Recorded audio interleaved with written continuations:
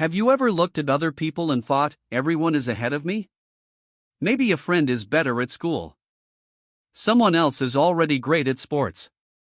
Another person has thousands of followers online. And suddenly it feels like everyone is moving forward, except you.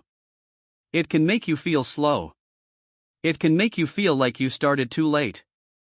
Like you're already behind in life. But here is something important that most people forget.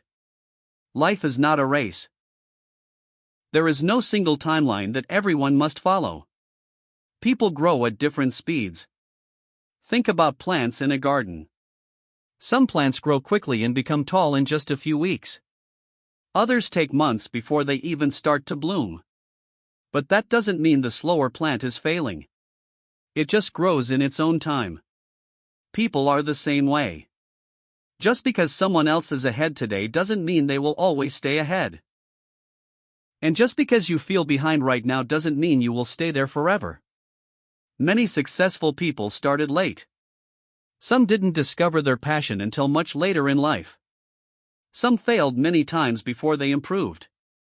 But what made the difference was simple. They kept going. Now imagine two people who both feel behind. The first person keeps comparing themselves to everyone else. They think, what's the point? I'll never catch up. So they stop trying. The second person thinks something different. They say, maybe I'm behind today. But I can still move forward. So they take a small step. Then another step. Then another. Over time, those small steps start adding up.